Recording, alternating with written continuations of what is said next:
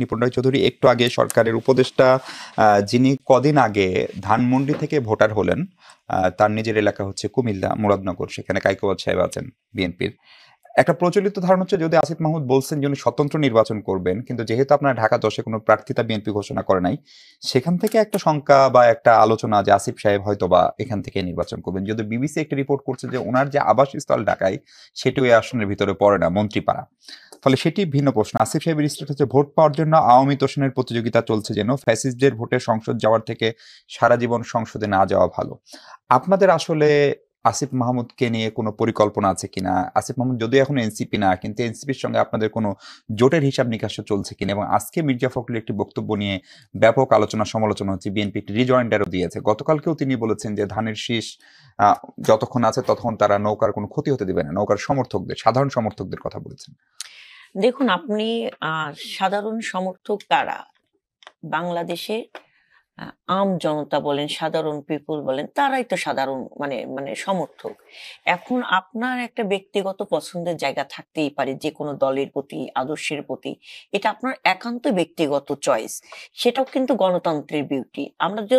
আমরা যদি গণতন্ত্রে বিশ্বাস করি, মানুষের বাক স্বাধীনতায় বিশ্বাস করি, মানুষের স্বাধীনতায় বিশ্বাস করি, তাহলে আমাকে ওই সমর্থকদেরকে ফোন করতে হবে।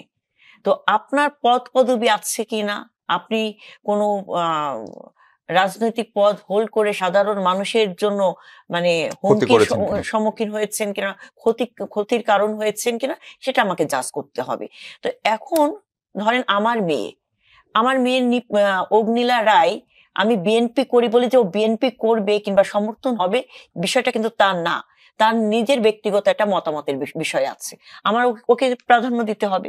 তো সেই সেন্টিমেন্টের জায়গা থেকে বিএনপি সংগ্রামী মহাসচিব তিনি এই কথাটা বলেছেন। এটা আপনি অন্যভাবে যদি আপনি মনে করেন যে এই কথাটাকে আরো রং দিতে পারেন কিংবা আরো কিছু কাদা ছিটাই দিয়ে এটাকে বিস্ফোরণ ঘটাতে পারেন, কিন্তু ওটা করে কোনো লাভ নাই। এটা ইন জেনারেল একদম যারা গণতন্ত্রে বিশ্বাস করে, মানুষের স্বাধীনতায় বিশ্বাস করে, সব মানুষই কিন্তু সেটাই বলবে। এবং আমি ভোট যুদ্ধে যাব, আমি তো তখন কম্বলে লোম বাঁচতে বাঁচতে তো আমার কম্বলই তো থাকবে না, আমাকে ভোটের যুদ্ধে বের হয়ে আসতে হবে না? কারণ এবারে নির্বাচনটা তো ওই আমি দামি স্বামী নির্বাচনের মতো হবে না, কিংবা দিনের ভোট রাতে হবে না। এবারের নির্বাচন কিন্তু অনেকটাই ডিপেন্ড করবে মার্কার উপরেও না, ব্যক্তির উপরে কিন্তু ডিপেন্ড করবে। আপনি কাকে কি বলছেন, আপনার কথাটা জেনজিরা কিভাবে নিচ্ছে, আপনার কথাটা আপনি যে আমার কাছে ভোটটা চাচ্ছেন, আমি কি চাই সেটা কি আপনি জানেন কিংবা আপনি বুঝেন, কিংবা সেটাকে আপনি পূরণ করতে পারবেন, সেই জায়গাটাকে আপনি আমাকে আশ্বস্ত করছেন কিনা, সেটার উপর নির্ভর করবে কিন্তু এবারের ভোট যুদ্ধটা। তো সেই জায়গা তো আমরা আমাদের ভোট যুদ্ধে জয়ী হওয়ার জন্য আমরা আমাদের কৌশলগুলো নেব, এবং প্রত্যেকটি রাজনৈতিক দল তাদের কৌশল নেবে। সেখানে কোনো মানে এই ধরনের ভাবনা চিন্তার কোনো কারণ নেই। আরেকটা বিষয়, আসিফ মাহমুদ সাহেব তিনি এখন উপদেষ্টা দায়িত্ব পালন করছেন, সরকারের গুরুত্বপূর্ণ দায়িত্বে আছেন, এবং তিনি কোত্থেকে নির্বাচন করবেন কি করবেন না সেটা তার একান্ত ব্যক্তিগত চয়েস। এবং জাতীয় নির্বাচন করার জন্য আপনার নির্দিষ্ট জায়গায় ভোটার হওয়ার প্রয়োজন নাই। আপনি জাতীয় নির্বাচন ধরেন, আপনি চিটাগাং এর ভোটার আছেন, কিন্তু আপনি ঢাকায় কিন্তু নির্বাচন করতে পারবেন জাতীয় নির্বাচনের ক্ষেত্রে।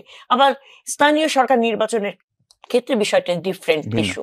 এবং আমাদের বিএনপি যে কয়টি আসনে এখনো প্রার্থী ঘোষণা করা হয়নি, সেখানে জোট সংক্রান্ত বিষয় আছে, এবং সেখানে আরো ইকুয়েশনের বিষয় আছে, সেখানে অনেক চিন্তা ভাবনার বিষয় আছে যে ঢাকার কতগুলো গুরুত্বপূর্ণ আসন, সেখানে আমরা এমন প্রার্থীকে দেব যাতে আমরা ওই আসনগুলো আমরা জয়ী হয়ে আসতে পারি।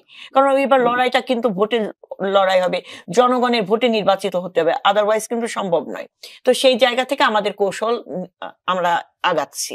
তো এনসিপির সাথে আমাদের মানে জোট হবে কিনা, কিংবা অন্য কোন কোন দলের সাথে আমরা জোট হয়ে ঐক্যবদ্ধ হয়ে নির্বাচন করব, মানে নির্বাচনে অ্যালায়েন্স হবে, সেইটা এখনো কিন্তু সমীকরণ আমাদের হয়নি চূড়ান্ত।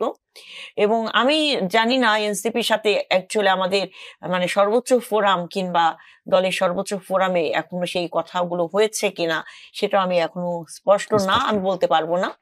তো অবশ্যই আগামী জাতীয় নির্বাচন আমাদের জাতির জন্য খুবই গুরুত্বপূর্ণ নির্বাচন, এবং সেখানে প্রত্যেকটি ব্যক্তি এবং দলকে প্রাধান্য দিয়ে নির্বাচনের আমাদেরকে বেরিয়ে আসতে হবে, এবং আগামী নির্বাচনে সংসদ সদস্য তারাই যেন হয় আমরা প্রত্যাশা করি, যেখানে মানুষের প্রত্যাশা পূরণের একটা কেন্দ্রবিন্দু যেন হয়ে দাঁড়ায়। সেই জায়গা থেকে আমি মনে করি যে বিএনপি একটি বৃহৎ রাজনৈতিক দল, বিএনপির অনেক মানে চিন্তা ভাবনা আছে, শুধুমাত্র দলকে নিয়ে না, বিএনপি চিন্তা করছে দেশকে